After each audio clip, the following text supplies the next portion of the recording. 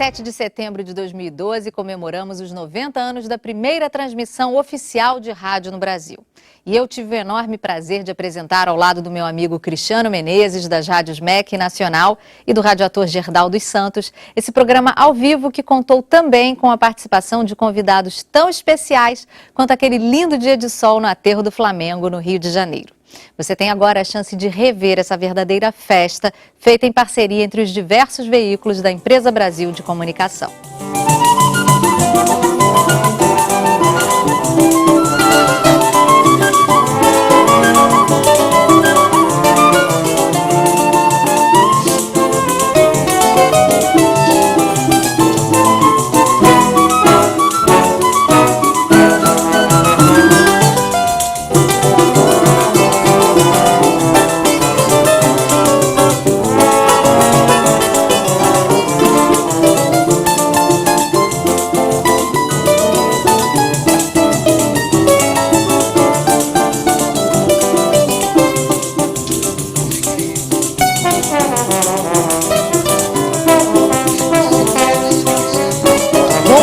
Para quem é de bom dia, boa tarde para quem é de boa tarde. Afinal de contas, esse nosso Brasilzão é tão grande que alguns brasileiros ainda estão na manhã, outros já estão na tarde. Eu sou Renana Lessa, da TV Brasil. E eu sou o Cristiano Menezes, da Rádio Nacional, da Rádio MEC, e somos todos da EBC, Empresa Brasil de Comunicação. A TV e as rádios estão juntas, ao vivo, diretamente aqui do Aterro do Flamengo, no Rio de Janeiro, para comemorar os 90 anos da primeira transmissão radiofônica oficial no Brasil. Participam conosco dessa transmissão dezenas de rádios públicas espalhadas por todo o Brasil, como a Rádio Nacional do Rio de Janeiro, a Rádio MEC AM e FM, a Rádio Nacional AM e FM de Brasília, a Rádio Nacional do Alto Solimões e a Rádio Nacional da Amazônia. Bom, e a gente está também no portal da EBC, hein? Ele acaba de ser lançado, é ebc.com.br. É a comunicação pública de qualidade na internet, integrando os vários conteúdos, vários veículos da EBC. Os internautas podem participar, vale lembrar, através do Facebook/EBC na Rede e também pelo Twitter, @EBC na Rede, por meio do hashtag, aquele joguinho da velha, Rádio 90 Anos. 7 de setembro de 1922. O Rio de Janeiro era a capital da República e festejava o centenário da independência do Brasil. Havia uma grande exposição com a participação de diversos países. E no Brasil, quase ninguém tinha ouvido falar no rádio, mas eis que... Bom, essa história você vai ficar sabendo já já. E daqui a pouco vamos receber convidados muito especiais que vão nos contar coisas interessantíssimas sobre a história do rádio. O conjunto Época de Ouro vai nos lembrar de grandes marcos musicais que empolgaram o nosso Brasil. Por exemplo, pelo telefone, o primeiro samba gravado no Brasil. Pessoal, dá para dar uma palhinha aí desse samba de Donga e Mauro de Almeida?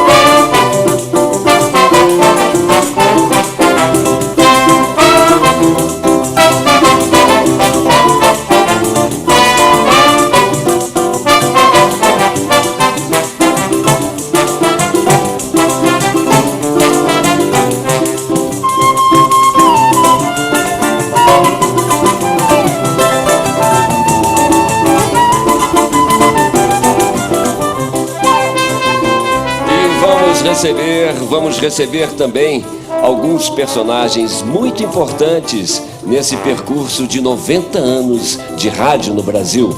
A começar pelo presidente da República, o senhor Epitácio Pessoa, que dará uma palhinha daquele seu discurso de 7 de setembro de 1922, agora, especialmente para a nossa comemoração. Povo brasileiro, nesta sessão solene, tenho o maior prazer em saudar a todos em meio a esta grande exposição internacional do centenário da independência, o dia em que, na mais perfeita cordialidade com os demais povos, comemora-se a grande data da nacionalidade, dia em que se renovam os sentimentos de brasilidade e orgulho pátrio.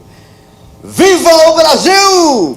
Olha, muito obrigada aí por esse replay, presidente. Ô Cristiano, vamos aproveitar a presença aqui do presidente para pedir a colaboração dele para o nosso programa? O que você acha? Claro, Renana. Presidente, um tipo de música genuinamente brasileira fazia muito sucesso no início do século XX. Ernesto Nazaré e Chiquinha Gonzaga criaram várias dessas composições. E elas geraram uma dança sensual, não é? E que sofreu preconceitos das elites, porque achavam que fosse uma dança indecente.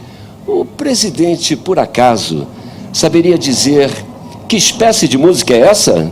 E quem é que não sabe o nome dessa pouca vergonha? É o machixe, claro. Eu temia que justamente que o rádio desse nisso. Machixe, pouca vergonha. E Cristiano, parece que ele ficou zangado, né? Agora, quem diria, hein? Sim. Quem diria, Cristiano? Epitácio Pessoa, em pessoa, sugerindo a programação musical? Pois é, para você ver, hein, Renana? Mas então, vamos ao machixe. Vamos ouvir Corta Jaca, de Chiquinha Gonzaga, com o conjunto Época de Ouro.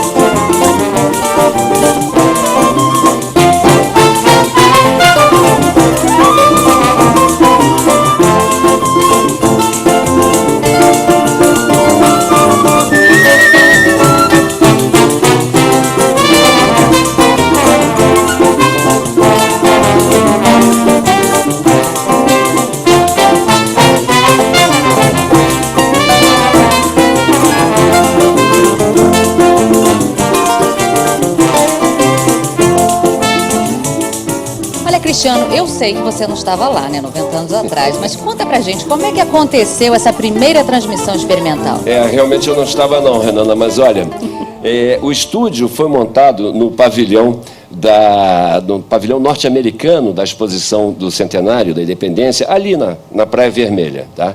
E o transmissor foi instalado lá no alto do Corcovado. Agora, dizem que o discurso do Epitácio Pessoa chegou ao público por intermédio, na verdade, de alto-falantes, né? Um sistema de alto-falantes. Mas não foi só isso não, Renana. Um grupo de brasileiros privilegiados, né, escutou essa transmissão através de aparelhos receptores de rádio, que foram distribuídos aqui no Rio, ali em Niterói, também em Petrópolis, até em São Paulo. Né? E me diga uma coisa, funcionou direitinho? Não sei não. Não sei não. O melhor é a gente ouvir alguém que realmente esteve presente, né, a essa transmissão. O grande antropólogo Roquete Pinto.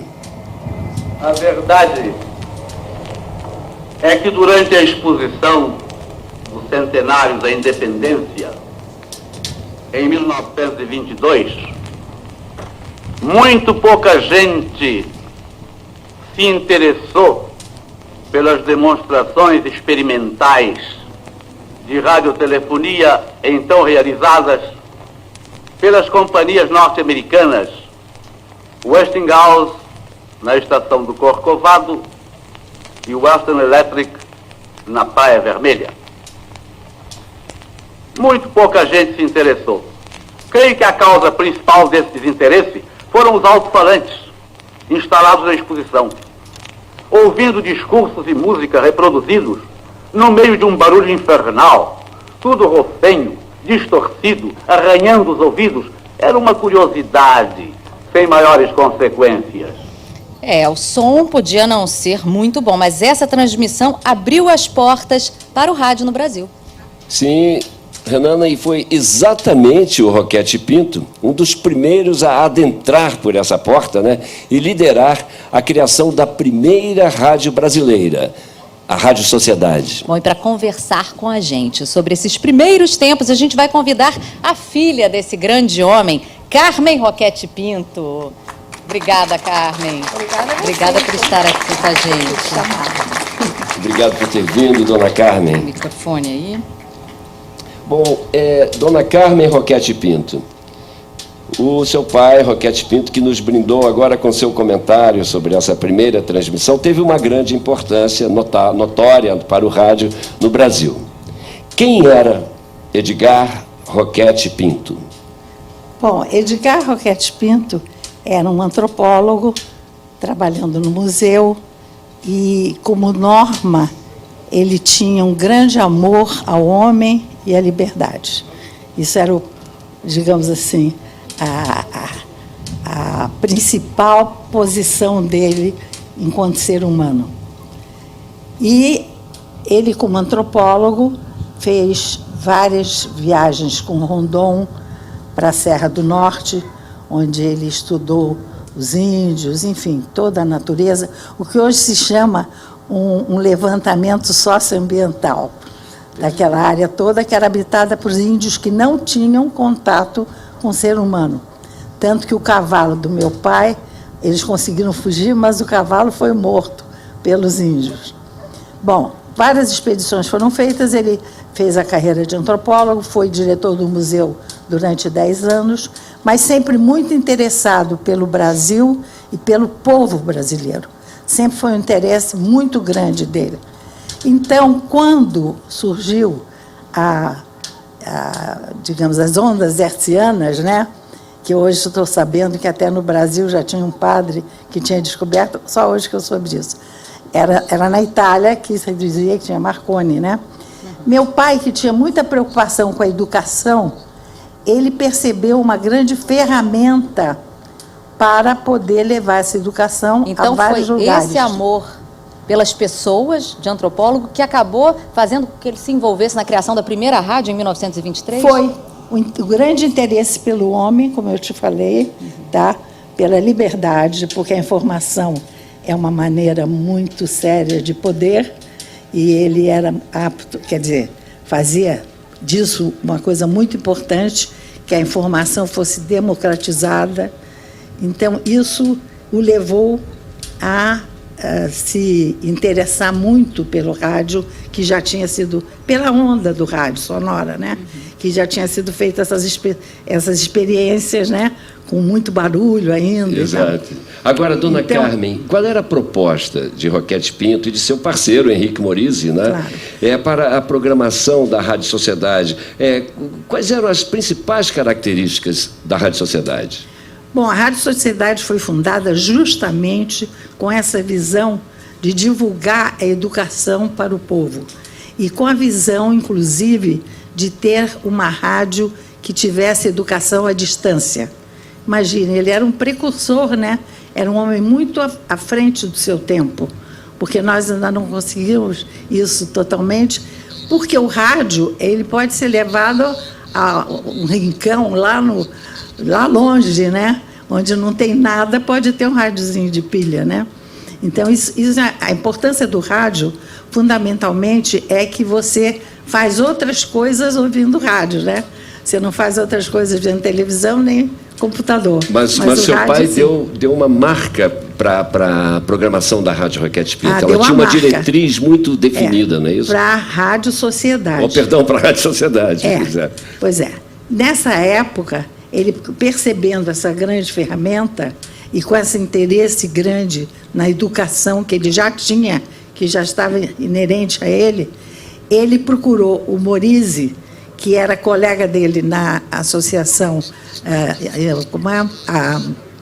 a Associação Científica Brasileira.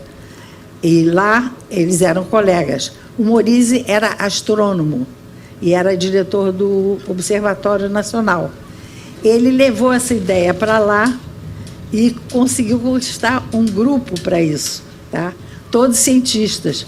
O Morize é astrônomo, o Venâncio Filho, um grande professor, o Miguel Osório de Almeida, da Fiocruz, enfim, todos, nenhum deles era da área realmente de comunicação, mas sim pesquisadores com interesse na divulgação da ciência, na divulgação da cultura. E a gente agradece imensamente, né, onde quer que eles estejam, se estiverem nos ouvindo, não através do rádio, mas através, quem sabe do quê, né? A gente agradece muito e aproveita para agradecer também a sua presença aqui. Muito obrigada, Carmen, por ter vindo. E a gente agora, para comemorar que a primeira rádio brasileira acabou de nascer, nada como um samba do Estácio, né, gente? Da turma de Ismael, Bide e Marçal.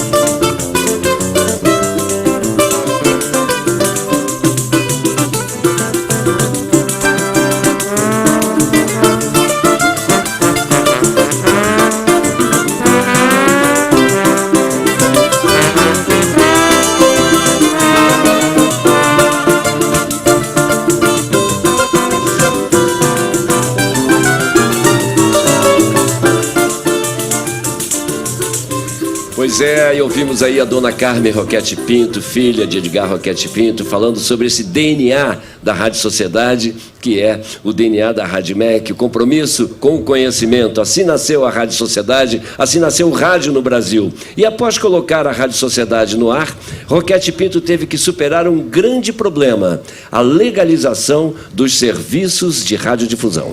Era preciso convencer as autoridades a mudar um regulamento anacrônico que proibia a prática da telefonia sem fio pelos cidadãos. Pois é, Renana, nessa época, a rádio era coisa de polícia, né? Ela apreendia os aparelhos receptores que eram precários, né? Montados pelos próprios ouvintes. O governo temia que esse instrumento perigoso levasse os segredos militares brasileiros para outras potências, as potências estrangeiras. Herança do pós-guerra. Mas Roquete Pinto não estava preocupado com isso, não. Para ele, o rádio deveria mesmo era servir para difundir a coisa de que o Brasil mais precisava: educação. Roquete convidou um amigo dele, o poeta e jornalista Amadeu Amaral, para ouvir uma transmissão experimental da Rádio Sociedade do Rio de Janeiro. E Amadeu Amaral teve vontade de rir, porque Roquete Pinto contava maravilhas sobre o rádio, mas não o preparou para o espetáculo que o esperava. Amadeus apenas tinha ouvido falar daquela nova invenção, o rádio, mas nunca tinha escutado uma transmissão. E, Cristiano, olha só quem está ali. Se não é o nosso finado Amadeu Amaral aqui em carne e osso. Seja bem-vindo, querido Amadeu. Sei que você ficou com aquele episódio entalado na garganta, doido para voltar a este mundo só para contar o que aconteceu naquele dia. Meus caros, quando o Roquete me convidou, eu imaginei que o tal do rádio era uma coisa de alta ciência, com aparelhos complicadíssimos. Mas entrei na casa de Roquete e deparei-me com um cenário de circo de cavalinhos, acreditem. Uma vara de bambu plantada no jardim servia de antena.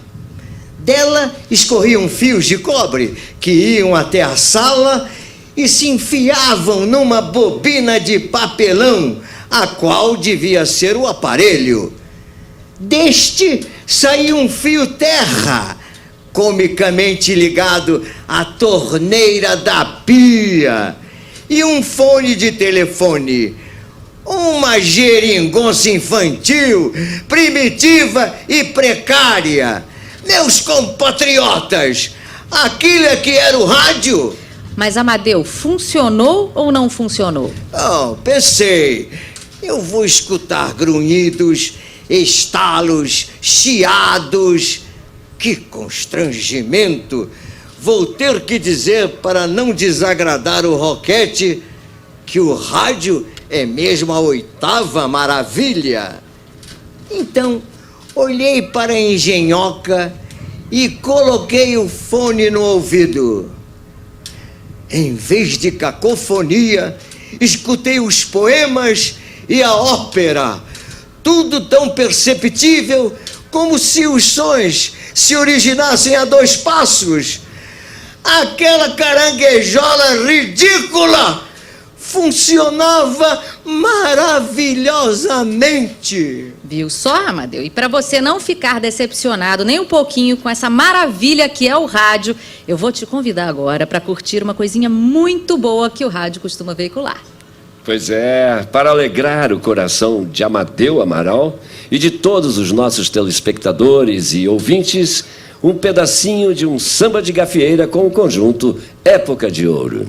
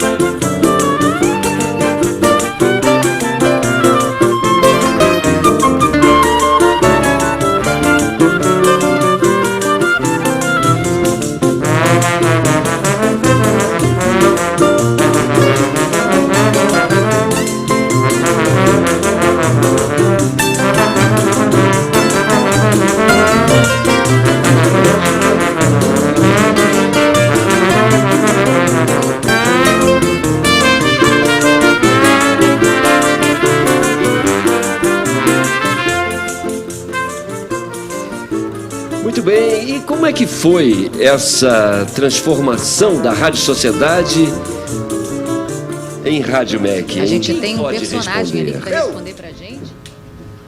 Carlos Drummond de Andrade. Olha! Eu era chefe de gabinete do ministro Capanema.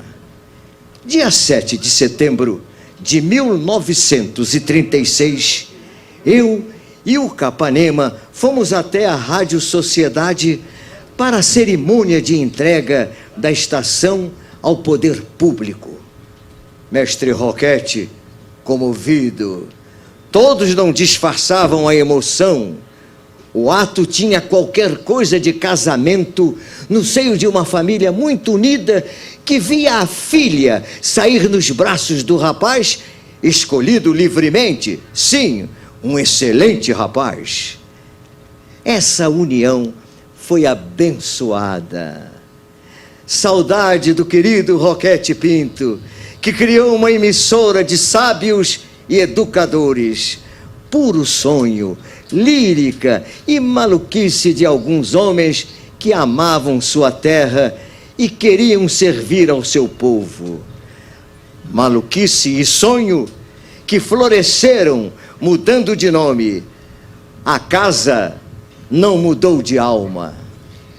Pois é, e a casa continua em pé, Drummond. A antiga Rádio Sociedade de Roquete Pinto é hoje a nossa Rádio MEC, que fará 90 anos em 2013. Eu fico imaginando, Cristiano, o que aqueles homens, né, visionários achariam hoje dessas novas tecnologias todas de comunicação e das novas maneiras que a gente tem hoje de fazer rádio, né?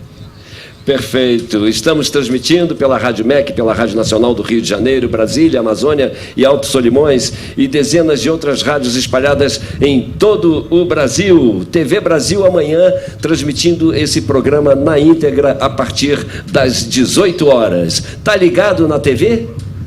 Então ligue o rádio ou o computador, vai. Tô te esperando. Olhe também pelo portal da EBC, tá, gente? Pode ver aí, ebc.com.br. Enquanto isso, o Época de Ouro vai dar mais um motivo para você continuar com a gente.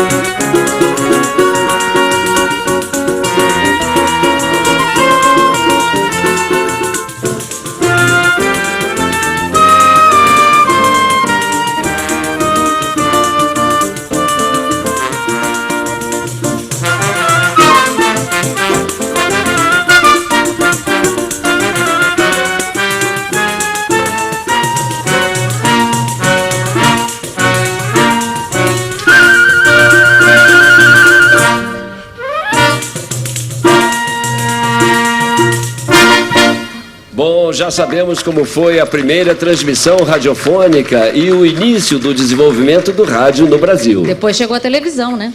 Chegou a televisão e chupou muita coisa do rádio, não é não? Peraí, também não foi assim, né, Cristiano? Isso nós vamos ver já já. Cristiano, olha, eu adoro o rádio. Nesse momento, por exemplo, a gente já não está mais no ar na TV ao vivo, mas a gente está no ar no rádio, e ele continua firme e fortíssimo, inclusive nesse momento em que a internet integra todas as mídias. Perfeito, vamos para a internet agora, para o rádio, encerramos aqui, agora é o momento, né, que passamos a transmitir pelo rádio e pela web. Vamos adiante. Para continuar com essa conversa aqui com a gente sobre os primeiros tempos do rádio, a gente vai convidar a Marlene Blois, que é radialista e especialista em rádio educativa. Marlene está se encaminhando para cá. Marlene Blois, que bom, obrigado por ter aceitado o nosso convite, obrigado por ter vindo. Marlene Blois. Marlene, naquela década de 20, enquanto as pessoas do Brasil desconheciam o rádio, os Estados Unidos já estavam vivendo um momento que eles chamaram de a Era do Rádio. O que foi essa Era do Rádio? A Era do Rádio foi também chamada, nos Estados Unidos, a Era do Jazz. Eram as grandes mudanças, não, a eletricidade chegando, as cidades crescendo, a tecnologia avançando, tecnologia daquela época, não de hoje. E as fábricas assumindo um papel muito grande. Então, começa a surgir o rádio. O rádio, rapidinho, começa a dominar. De um ano para o outro, nós tínhamos em 21, mais ou menos, umas 4, 5 emissoras. No ano seguinte, já tinha mais de 300 emissoras. Por isso que se chama a era do rádio nos Estados Unidos. Foi esse tempo, esse boom de mudanças no mundo inteiro, né? Você vai ter nas artes as mudanças, o surrealismo chegando. No Brasil, a gente vai ter a Semana de Arte Moderna, em 22.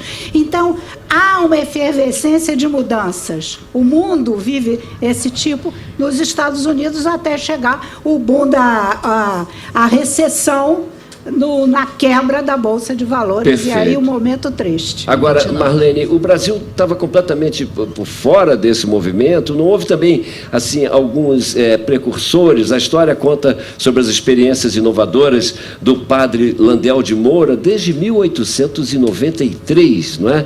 E também do Rádio Clube de Pernambuco a partir de 1919. Gostaria de ouvi-la sobre isso. Esse padre era um iluminado de Deus, né? Só pode ser. Porque gaúcho, nascido e morreu lá também, em Porto Alegre, ele criou coisas incríveis, ele estava muito avançado no seu tempo, ele tem patentes registradas, inclusive nos Estados Unidos, a transmissão de voz, ele conseguiu isso e ninguém fala muito, mas há um museu dedicado a ele, na Fundação Padre Landel de Moura, em Porto Alegre, e mais acompanhando todo esse movimento já no início de 1911, 12, a gente tem um grupo de nordestinos, especificamente em Recife, uma elite que tinha acesso à tecnologia, tinha dinheiro para trazer alguns equipamentos e começaram a brincar de rádio. Mas, na verdade, não era a emissora, como muitos querem afirmar, de ser a Rádio Clube de Recife a primeira emissora. Não, a primeira emissora foi a Rádio Sociedade do Rio de Janeiro, fundada por Roquete. E a primeira transmissão aconteceu em 1922 e logo em 23 surgiu a Rádio Sociedade. Começava o desenvolvimento dos meios de comunicação de massa em ondas eletromagnéticas no país. Que impacto que isso teve para a cultura e para a educação na década seguinte? Aí é um momento fantástico. O brasileiro só vivia no seu quintal. O mundo dele era pequeno, era restrito. É com o rádio que o mundo se abre a esse povo. O mundo chega, as notícias chegam, a cultura chega e começa a chegar também educação de uma forma não formal, aberta, usando o meio rádio. Então, o rádio, além desse papel, ele tem um papel fantástico que poucos falam, que é manter a unidade da língua falada no Brasil. Nós podemos ir no norte ao sul, nós nos entendemos. E o rádio teve esse papel fundamental de manter um padrão de língua no nosso país, o padrão de língua portuguesa no Brasil. Pois é. E aí, em 1932, Getúlio Vargas autorizou a veiculação de propaganda comercial nas rádios. Com isso, surgiram os patrocinadores, né, Marlene? Surgiram os cachês artísticos, os programas de auditório, os humorísticos, transmissões esportivas. O negócio é que no modelo sociedade, no modelo clube, fundado pelo Roquete, e em algumas emissoras, as iniciais eram as rádios clube, isso quer dizer, as pessoas pagavam uma mensalidade para que a rádio continuasse no ar.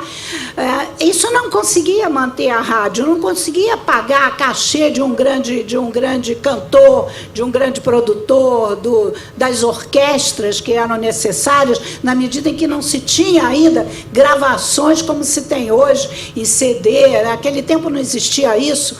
Então, o que acontece? É preciso injetar dinheiro para que o rádio viva, o rádio continue, o rádio se expanda. Então, acontece a entrada dos Dos anúncios. Dos anúncios, né? Dos anúncios do rádio. Ao vivo, os anúncios Ao vivo. e jingles. Isso. Eu agradeço aqui a presença da Marlene com a gente, muito obrigada. E aí agora eu peço ao Época de Ouro para dar uma palhinha pra gente de algum jingle famoso daquela época, pode ser?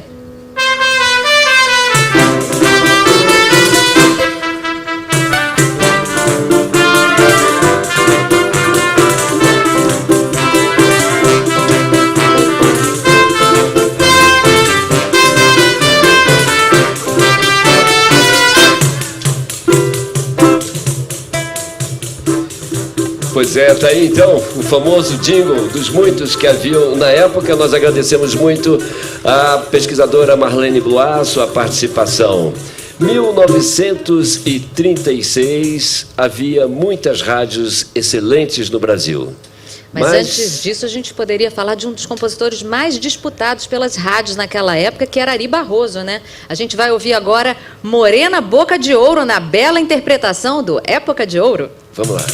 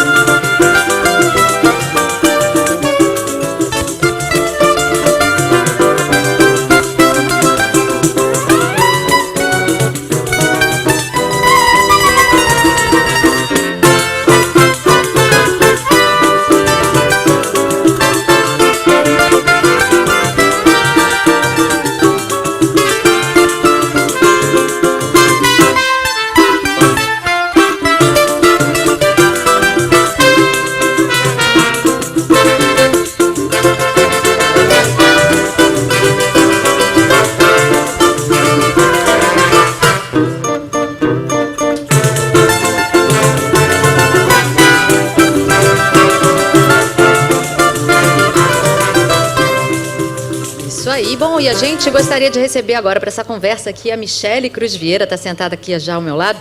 Ela fez uma pesquisa, né, Michele, sobre a Rádio Sociedade para sua tese de mestrado. Vale lembrar também, os internautas podem participar desse programa pelo Facebook, /EBC na Rede, também pelo Twitter, @EBC na Rede, por meio da hashtag, aquele joguinho da velha, Rádio 90 Anos. Michele, que rádios que surgiram depois da Rádio Sociedade, ainda naquele molde de um clube de contribuintes?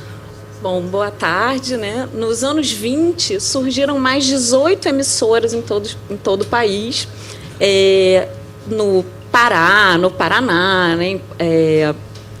Em São Paulo e no Rio de Janeiro, que era a capital da República, que dividia o espaço do rádio com a Rádio Sociedade, foram a Rádio Clube do Brasil, em 1924, fundada pelo Elba Dias, a Mairink Veiga, né, de 1926, e a Rádio Educadora Paulista, que também tinha, conseguia se ouvir aqui do Rio de Janeiro.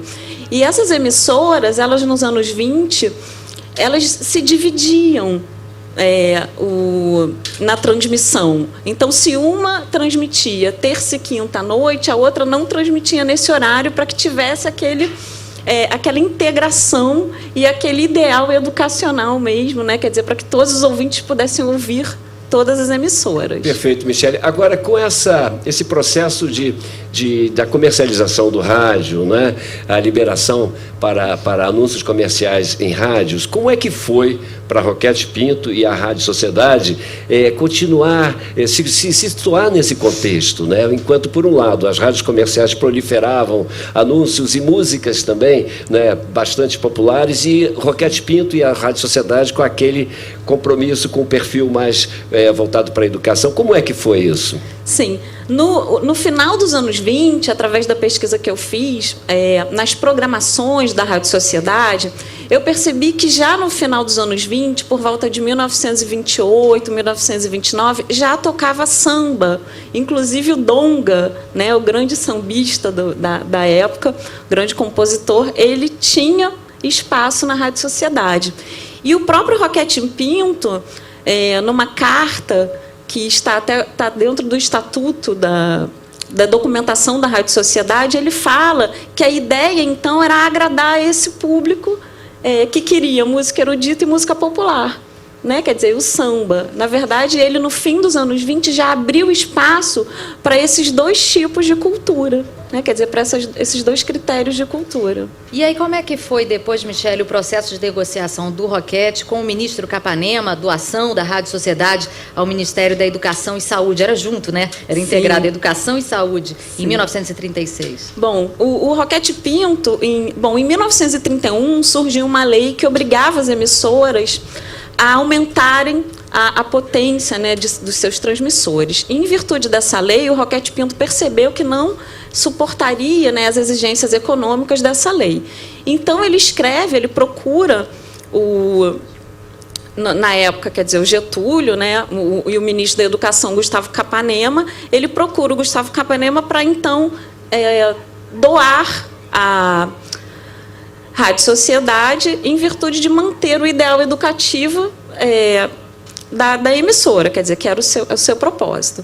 Então, ele procura o Gustavo Capanema, e Gustavo Capanema encaminha ao Getúlio Vargas, e o Getúlio Vargas diz que a rádio deveria ser encaminhada ao Departamento de Difusão e Propaganda, que em 1939 viraria o DIP, que é o Departamento de Imprensa e Propaganda. E o Roquete Pinto, um visionário ele já percebia, quer dizer, ele não quis, teve uma divergência, porque ele não quis doar a rádio para esse departamento. Ele queria doar a rádio para o povo, para a educação do povo. Então, o Gustavo Capanema, em virtude dessa divergência, acabou aceitando e incorporou a rádio ao seu ministério. Michele, muito obrigada, viu? E realmente foi difícil para Roquete Pinto, né, entregar essa rádio, né? Entregou, parece que como quem entregava uma filha. Isso, e foi a frase dele, quer dizer, entrego esta rádio como quem casa uma filha. Perfeito. Obrigada. Muitíssimo obrigado pela sua participação. Obrigada. Estamos direto do Aterro do Flamengo, no Rio de Janeiro, transmitindo o programa comemorativo da primeira transmissão radiofônica oficial no Brasil. Nesse momento estão conosco a Rádio Nacional do Rio de Janeiro, a Rádio MEC AM e FM, a Rádio Nacional AM e FM de Brasília, a Rádio Nacional da Amazônia, a Rádio Nacional do Alto Solimões e dezenas de emissoras públicas espalhadas por todo esse país. O pessoal pode ver também pelo portal da EBC, né? ebc.com.br. E aí, em 1936, como você dizia, havia várias rádios. Renana, bem lembrado, havia muitas rádios excelentes no Brasil, mas nesse ano, 1936, algo muito importante aconteceu. Foi fundada uma rádio que influenciaria profundamente a comunicação e a cultura desse país, a Rádio Nacional. Ela foi um marco, a Rádio Nacional, e inovou muito. Mas ela pertencia ao grupo À Noite, que tinha uma dívida com o governo. Então, março de 1940, Getúlio Vargas, o presidente, resolveu encampar a Rádio Nacional para colocá-la a serviço da nação. Todos esperaram o pior. E não é que ela virou o maior fenômeno de comunicação sonora do Brasil? E logo se tornou uma das 5 maiores emissoras do mundo. Diz aí, Cristiano, qual é que foi o segredo? O homem certo no lugar certo, Renana. O jornalista, advogado, poeta e autor teatral Gilberto de Andrade foi convidado para ser o diretor-geral da Rádio Nacional. Bom, assim que assumiu, Gilberto convocou os líderes do elenco da emissora, nomes como Radamés Inátali, Almirante, e entregou as chefias para eles. Ou seja, no meio de um tremendo regime autoritário no Brasil, criava-se uma administração democrática em uma rádio do governo. Aí o Gilberto resolveu arrepiar e chamou seus colaboradores para comunicar que... Deixa que eu comunico. Gilberto Andrade, que prazer imenso! Depois de tantas décadas, você por aqui. Olha, Cristiano, olha, pelo visto, liberou geral na porteira do cemitério, hein? A menina falou alguma coisa? Eu falei, que sensacional, Não, quanto mistério. Ela estava dizendo, Gilberto, que mistério é esse que nos prima, que nos premia com a presença do mais antigo e um dos mais queridos diretores da nossa casa. Mas afinal, querido Gilberto, o que foi que você realmente disse naquele dia para o pessoal da Rádio Nacional? Eu não me lembro bem, mas acho que eu disse que o rádio é do governo, então é do Brasil. Vai continuar operando com publicidade, mas o lucro será reinvestido integralmente para fazer a rádio se expandir. Mas a Rádio Nacional, Gilberto de Andrade, revolucionou a nossa história, né, da radiodifusão. O que o senhor fez exatamente para estimular a criatividade de sua equipe? Bem, eu cheguei para aquela turma que entendia tudo do riscado e falei o que nenhum gestor tinha coragem de falar. Disse para eles: vocês façam agora o que quiserem, gastem o dinheiro que tiver aí, não precisa guardar. Gilberto de Andrade, a Rádio Nacional, e tenho certeza, todos os brasileiros que agora estão nos escutando, nos assistindo, agradecem a sua coragem e a sua presença aqui conosco. Obrigado, Cristiano, muito obrigado. Fico feliz com a revitalização da minha querida Rádio Nacional. Bom, então, em homenagem ao Gilberto de Andrade, um grande sucesso de Radamés Inátali, que foi muito tocado na Rádio Nacional na década de 40.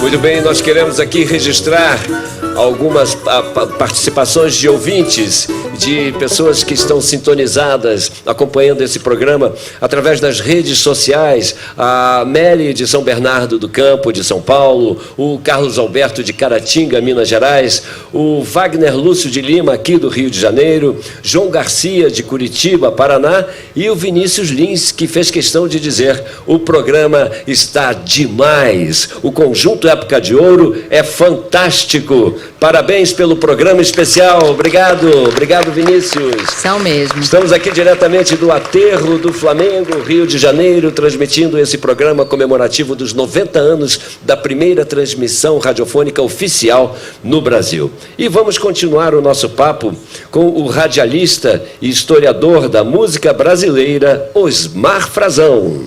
Seja muito bem-vindo, Osmar. Muito obrigado. Olha, eu quero, antes de mais nada, Cristiano e Renana, parabenizar a todos vocês, essa equipe espetacular, de conseguir reunir tanto profissional do mais alto nível para fazer, no dia de hoje, dia 7 de setembro, uma festa tão bonita.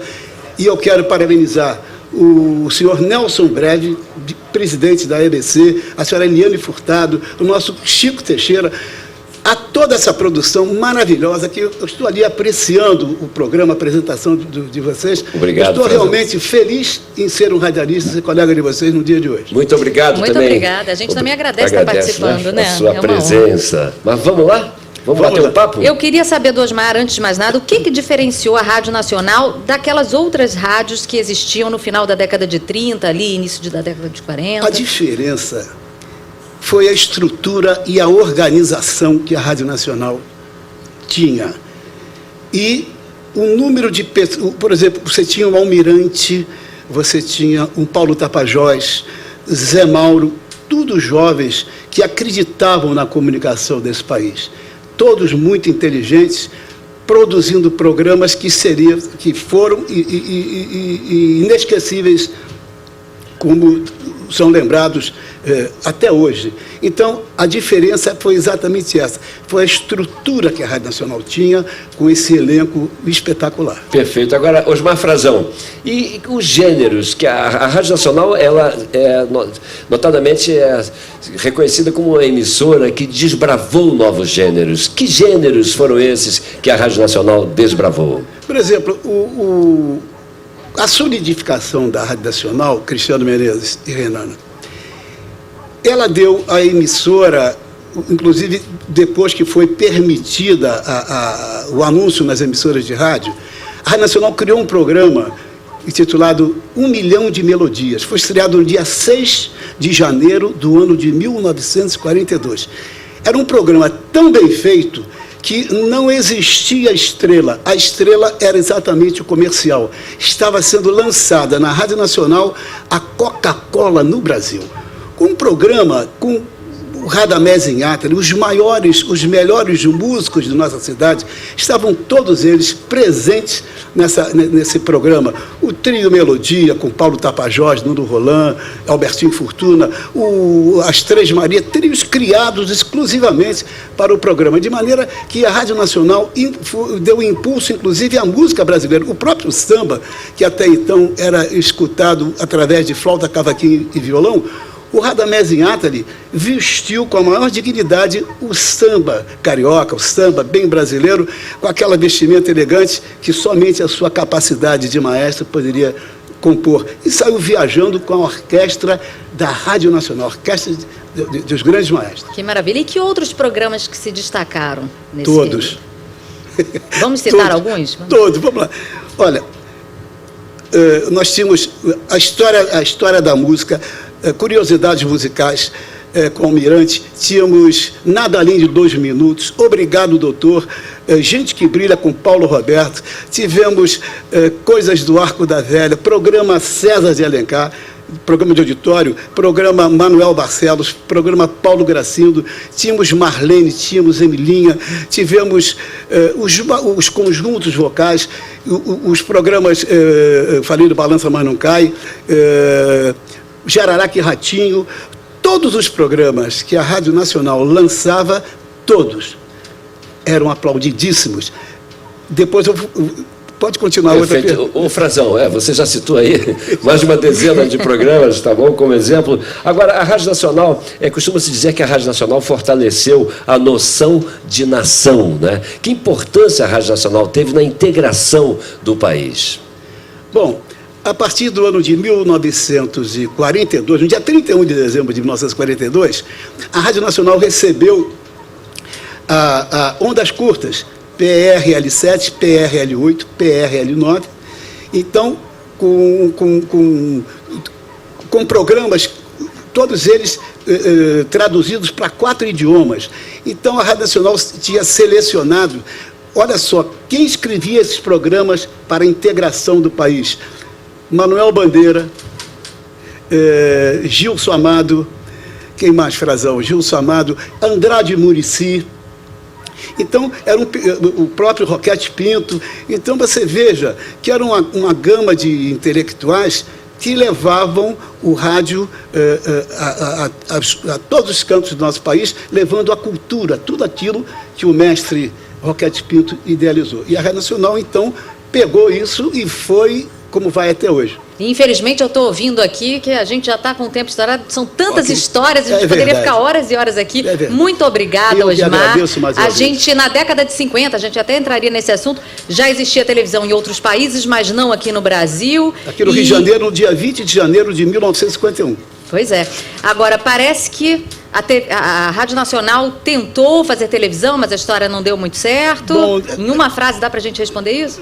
E uma frase é muito curta, mas eu te digo rapidamente. Acontece o seguinte: a Rádio Nacional fazia tanto sucesso que todas as outras emissoras tinham a vontade de derrubá-la. Então tivemos o nosso grande visionário Assis Chateaubriand, que era o dono das emissoras associadas de televisão. Ele tinha uma inveja muito grande da Rádio Nacional. Então, quando ele soube que o presidente Juscelino Kubitschek ia dar à Rádio Nacional o Canal 4, ele disse para o presidente o seguinte: olha, se você der à Rádio Nacional esse canal, você pode ter certeza que toda as minhas emissoras de rádio e jornais vão fazer uma campanha imensa contra você. Aí não aconteceu mais nada. Mas a Rádio Nacional está aí até hoje. A história seria, de repente, muito diferente, né? Muito obrigado, Osmar Frazão. Foi uma delícia ter você aqui. Parabéns a vocês dois pela belíssima apresentação. Obrigado, Frazão. Obrigada a você. Muito obrigado pela sua participação. Bom, e agora a gente vai pedir para o Época de Ouro tocar Barracão, que na década de 50, né, uma década que a gente estava falando, era muito tocada e ficou famosa e ganhou destaque na televisão. Vamos lá.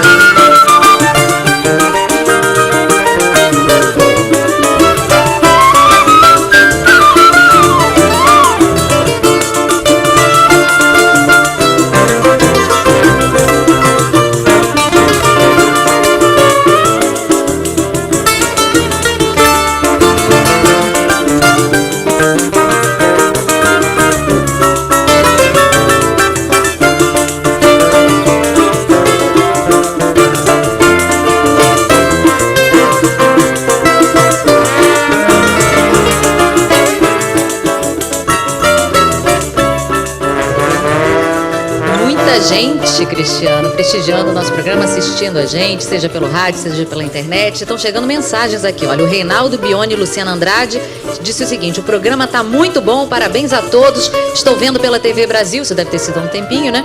E ouvindo pela Rádio Nacional da Amazônia, no povoado Buriti, município de Fernando Falcão, Maranhão. Que Olha beleza, que maravilha. que beleza. Tem também a Rebeca Benévolo de Andrade. O programa está maravilhoso, uma super aula de história da rádio no Brasil.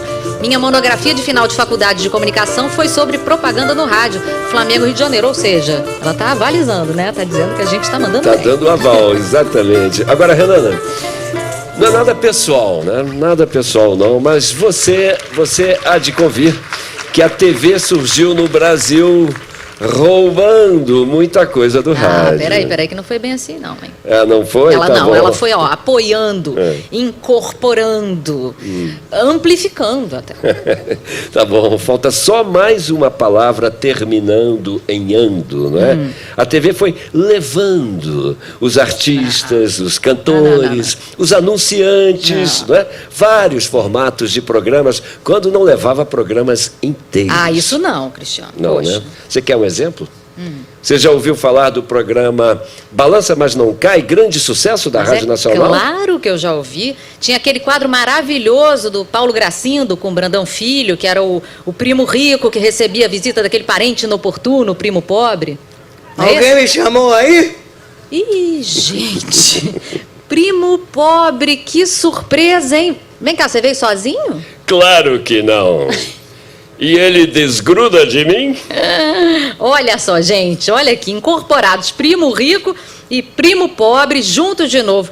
Que privilégio, hein, gente? Não é todo dia não, hein? Vamos fazer um quadro daquele tempo, gente? Pra mim é sempre ótimo visitar o primo rico. Primo, você é que é ótima. Mas será que... Produção, a gente tem aí aquela abertura antiga do Balança Mas Não Cai? 100% financiado pela Perfumaria Mista Sociedade Anônima. Ergue-se em qualquer ponto da cidade maravilhoso o edifício Balança. Balança!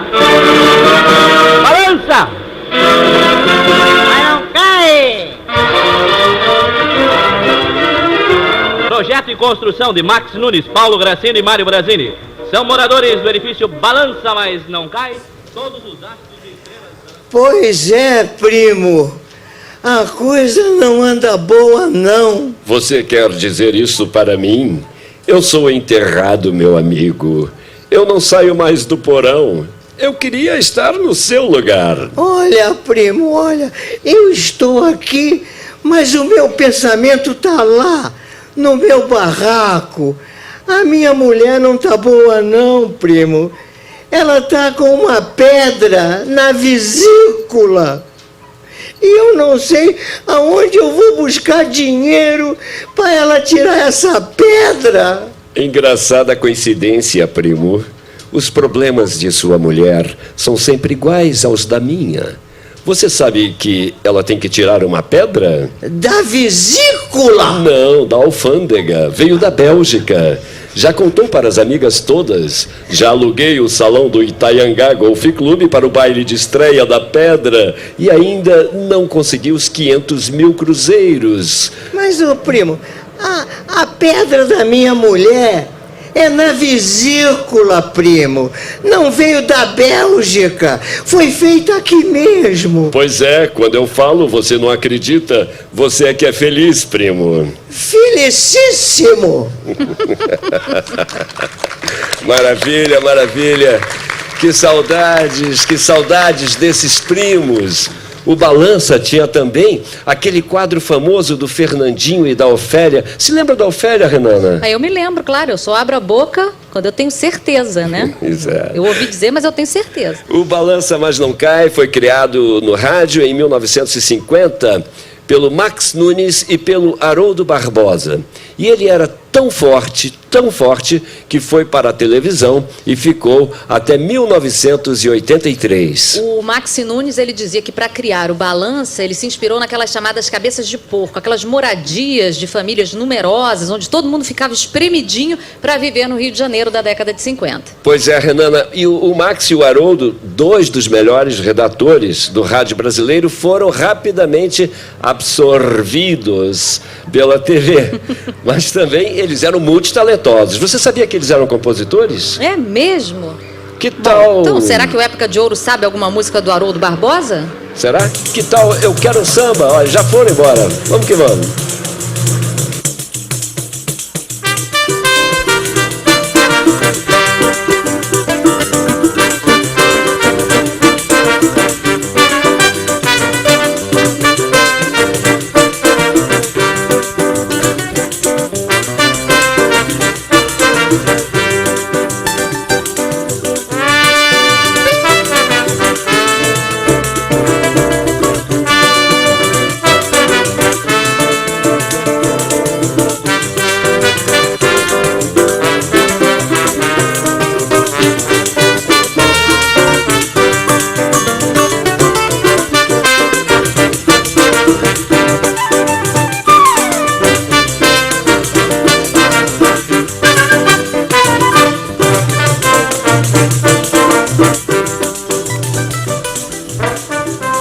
Bom, e você que está aí acompanhando a gente através da internet, seja do portal ebc.com.br ou através de uma das rádios da EBC, fique sabendo que amanhã você pode ver tudinho na íntegra também. Vai ter tudinho às 18 horas na TV Brasil. Perfeito, Renana. E continuam chegando aqui mensagens pelas redes sociais. O José Barbosa diz assim: passado, presente e futuro não vivem sem rádio. Viva! Campos de Lima da Serra, Rio Grande do Sul. Mas Magori, que beleza! A Nina Flores, ela disse assim: assistindo ao vivo com o pão de açúcar ao fundo, parecendo pintura. Maravilha. Isso aí, beleza. E será que o Época de Ouro conheceria alguma agora do Maxi Nunes? Então? Claro, Renana, o Época conhece. Bandeira Branca.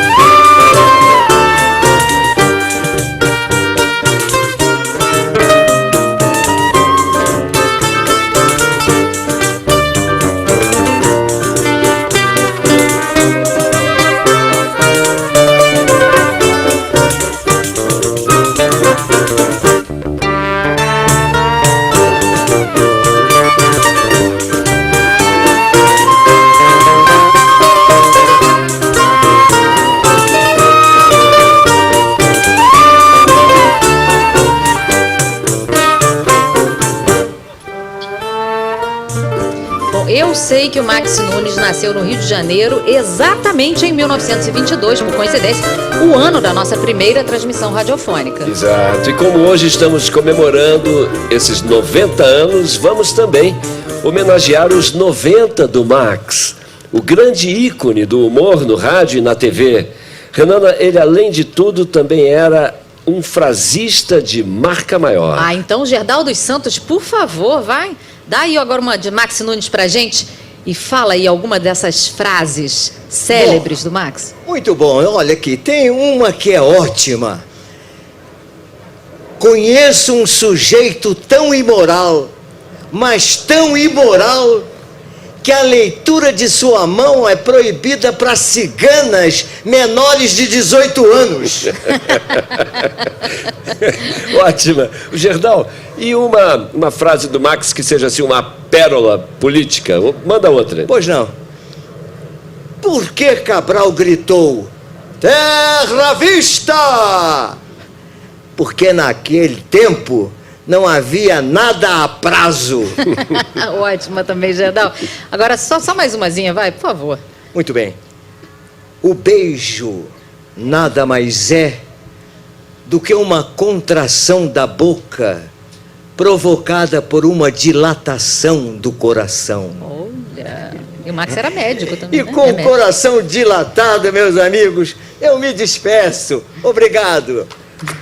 Viva Max Nunes! Um abraço de aniversário para você, E Max viva Nunes. o nosso Gerdau dos Santos também, nosso querido radioator. Muito Viva. obrigada, Gerdau. Grande Gerdau dos Santos. E para amarrar esse momento, não é? A música do Época de Ouro.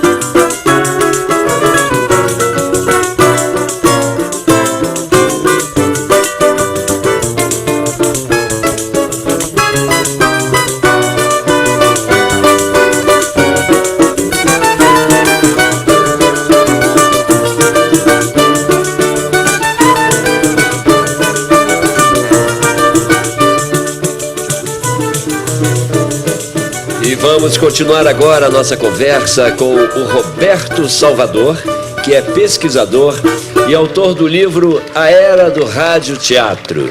Internautas podem participar desse programa pelo Facebook /EBC na Rede e pelo Twitter @EBC na Rede, por meio do hashtag Joguinho da Velha Rádio 90 Anos. Roberto, seja muito bem-vindo. Obrigado.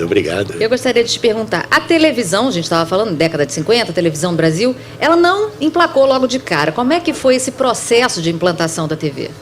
A televisão chegou, mas não assustou não, porque primeiro uma estação em São Paulo, depois outra aqui no Rio, em 51, um ano depois, mas não assustou, porque havia pouquíssimos receptores. E a televisão, na verdade, não tinha uma linguagem, era um rádio com imagem. Então ele não assustou. O público não tinha acesso aos televisores, que eram receptores muito caros. De maneira que o rádio continuou reinando muito bem. Os anos 50 foram os anos do rádio-teatro na Nacional, né? Porque Perfeito. É pujante. Sim, sem dúvida. Agora, ainda dessa questão da entrada da TV no cenário das comunicações, embora você tenha dito agora que no início o impacto não é considerável, mas assim, quando a TV começou realmente a se consolidar, qual foi esse impacto, né? Como é que você comenta o impacto, aí sim, da entrada da TV no cenário radiofônico? Quando é que essa audiência sobe, né? A TV realmente cresceu aos poucos, mas cresceu mais, como aconteceu com o rádio, na medida em que as verbas de publicidade foram para a televisão. O que fez o rádio realmente arrebentar foi nos anos 32, com a publicidade, como já disse o Osmar Frazão. Quando as verbas publicitárias, os grandes patrocinadores do rádio, migraram para a televisão, carregou também todo um mercado de trabalho. Os grandes redatores, os grandes produtores, os grandes músicos, os grandes atores, locutores, foram para a televisão. Foi aí que começou, né, aquele burburinho de que, olha, a televisão vai acabar com o rádio no Brasil? Exato. Aí os aparelhos receptores também caíram para preços mais acessíveis, e então a televisão começou a se popularizar. Surgiram televisões nas grandes capitais do Brasil. E aí, realmente, o rádio teve que... levou uma mexida, ele teve que se adaptar. Porque ou ele se adaptava, ou ele afundava. Perfeito. Roberto Salvador, quais eram os principais programas de radiojornalismo? Alô, alô, repórter Esso, alô?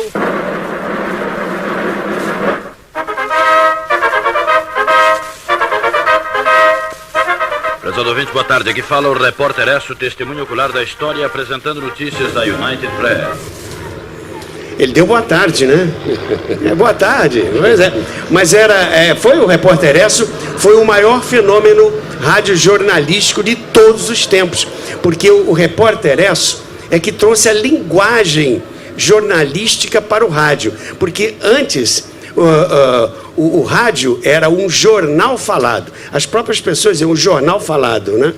E o Heron trouxe, o Heron Domingues, o Repórter Esso, no Rio de Janeiro. São Paulo tinha outros, em Recife tinha outros, em Pernambuco, em Rio Grande do Sul. Ele tinha um número de linhas, um número de palavras por minuto e frases curtas, linguagem objetiva, direta, reformulou realmente a linguagem jornalística no rádio brasileiro. Reportagens de rua, né? Aquela coisa do imediatismo do rádio, ao vivo e tal. Mas depois disso, desse final da década de 50, Repórter Esso, teve uma grande crise no rádio. Que crise foi essa? Houve o jornalismo, o radiojornalismo se desenvolveu, né, com os aparatos tecnológicos que surgiram, os gravadores mais portáteis, e surgiu em que época? Final da década de 50, né, um pouco depois, porque depois a gente vai falar da década de 70 com o surgimento das FMs. Final da década de 50 já estava realmente a televisão mais fortalecida, mas ainda não havia um profissionalismo na televisão. Esse profissionalismo na televisão só veio realmente na metade dos anos 60 com o surgimento da Rede Globo, da TV Globo, né? Agora, Roberto Salvador, isso que a Renana adiantou, nos anos 70, um grande impacto no rádio, que é a chegada das FMs, não é isso?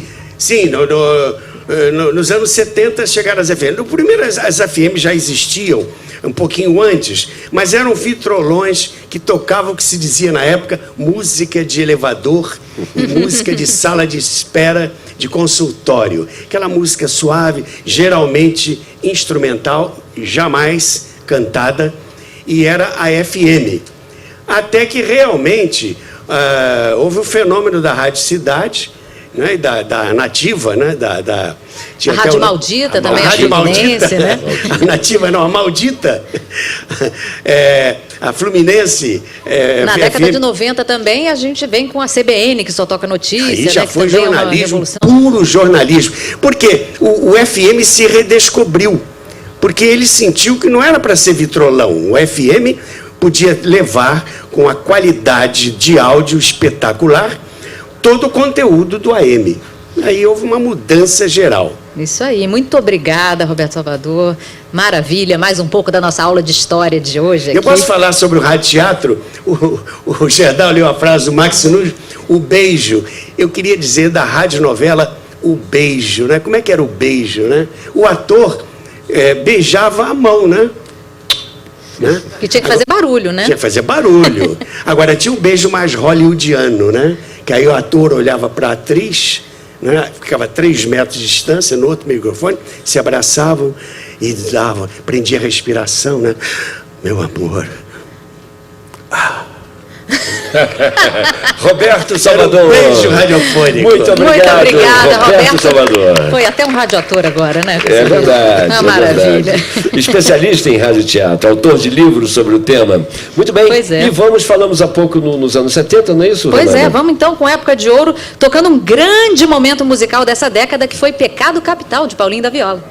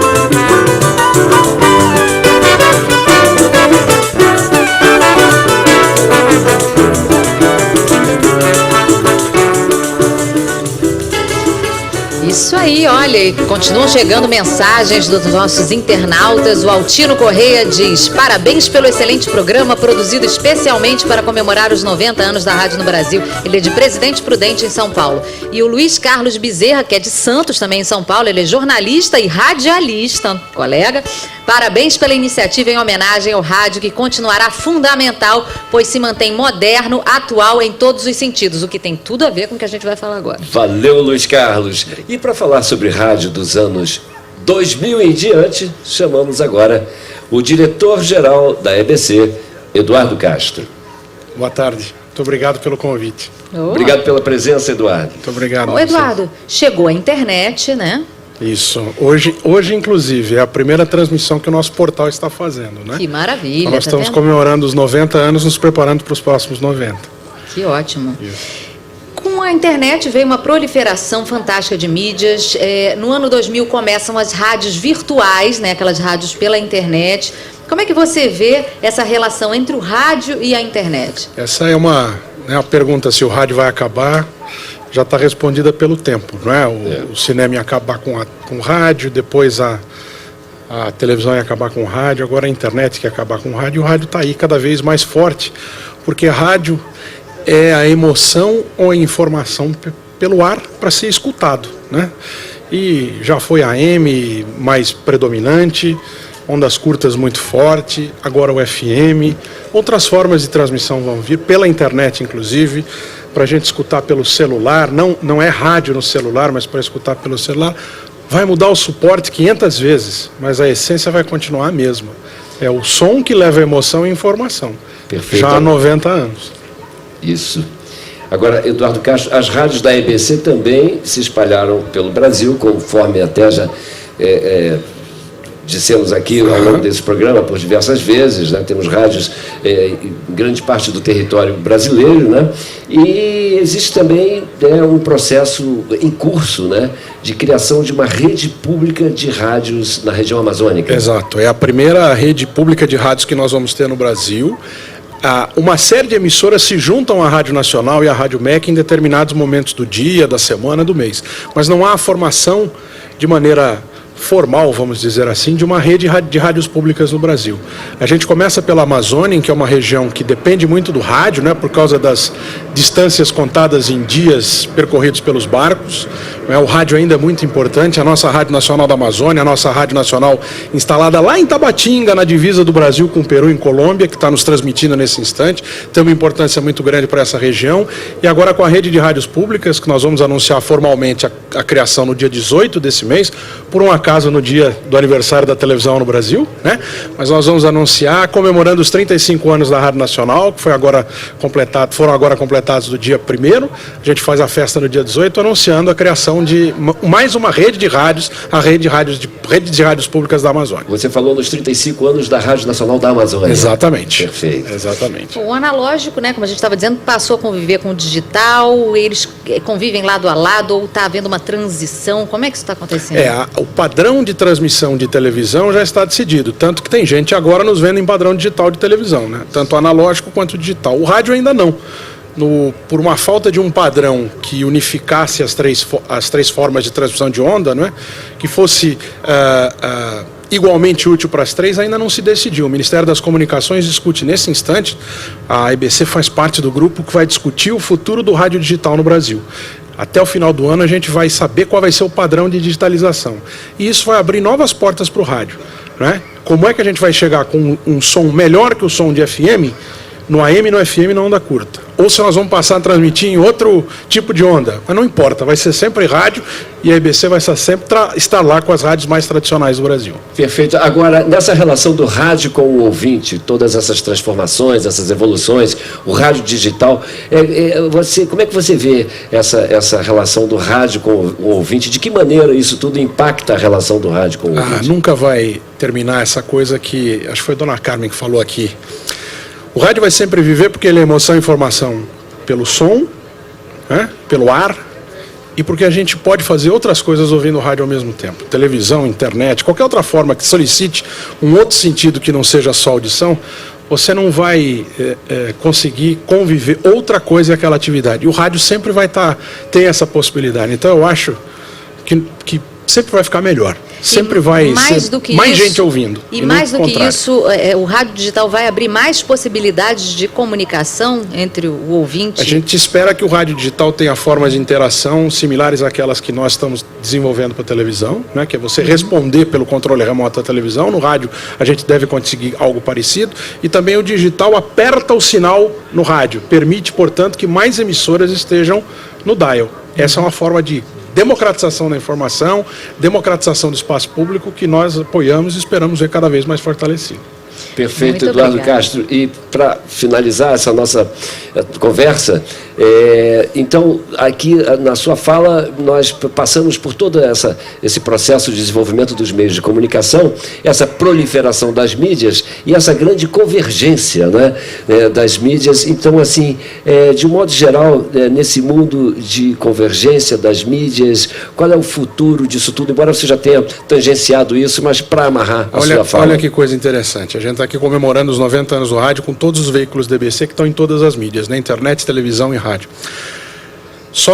Quando isso começou, quem estivesse ouvindo agora estava sabendo o que a gente estava fazendo, porque não se tinha possibilidade sequer de gravar. Depois veio a gravação, primeiro em fita de arame, depois em fita magnética, depois em meio eletrônico. Agora, a gente já tem a condição, tanto mais gente ouvindo rádio, que quem não estiver nos vendo agora ou nos ouvindo agora, vai poder nos ver amanhã na televisão de novo, porque vai ser repetido às 6 horas da tarde. Vai poder nos ouvir nos podcasts, né, por intermédio da web, vai nos buscar lá e vai nos ouvir a hora que quiser.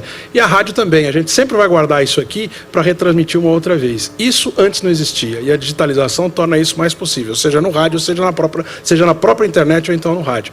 É mais rádio para mais gente. Isso, para quem como eu trabalho em rádio há 20 anos, né, eu que não sou tão velho assim, quando comecei não tinha nem telefone celular, não tinha computador nas redações. Hoje em dia, isso está para todo mundo, isso é motivo para nós de muita alegria e certeza que cada vez mais esse veículo vai estar mais forte, como a televisão também vai estar, e como a comunicação fora desses dois veículos pela internet também. Por isso que a comunicação pública é tão importante, porque ela vem no momento em que a coisa está crescendo. E a gente está lá junto com os outros. Então, daqui a 90 anos, né, quando a gente for comemorar 180 anos da primeira transmissão, de repente o pessoal vai ouvir a minha voz e a sua, quem sabe, na comemoração. Vai, sim. Fica aqui meu abraço para vocês daqui a 90 anos. Isso, daquela velha frase, né? Se estivesse vivo, faria 130 anos, né? Aquela coisa. Se vivos fôssemos, faríamos com rádio. Muito obrigado. Eduardo Castro, diretor-geral da EBC, Empresa Brasil de Comunicação. Obrigado. Obrigada, Eduardo. Bom, então, lembrando mais uma vez que amanhã, a partir das 18 horas, a TV Brasil estará retransmitindo este programa na íntegra, que hoje foi ao ar pela TV ao vivo durante cerca de meia hora, mas amanhã estará transmitindo esse programa na íntegra, amanhã a partir das 18 horas, pela sua TV Brasil. Mais mensagens de internautas. Olha, uma verdadeira aula. Parabéns pelo especial Rádio 90 anos. Foi a Ohana Luiz, lá de Teresina, Piauí. Adoro Teresina. Diego Breno, um programa espetacular. Parabéns a todos da TV Brasil pelo especial 90 anos de rádio transmissão. Ele de Natal, Rio Grande do Norte. Perfeito. Vamos encerrando. O portal da EBC também participou dessa produção, né? Multiplataforma pelo site ebc.com.br. As rádios AM e FM do Rio de Janeiro, de Brasília, da Amazônia estiveram conosco e dezenas de outras rádios públicas. A TV Brasil também, né, que transmitiu até 1 hora da tarde, mas que vai passar tudinho na íntegra amanhã às 6 da tarde, às 18 horas. Perfeito, e não poderíamos deixar de, encerrando o programa, né, deixar de ouvir uma música do fundador do conjunto Época de Ouro, Jacó do Bandolim. O conjunto Época de Ouro interpreta Treme Treme. Um abraço a todo mundo. Um abraço, muito obrigado.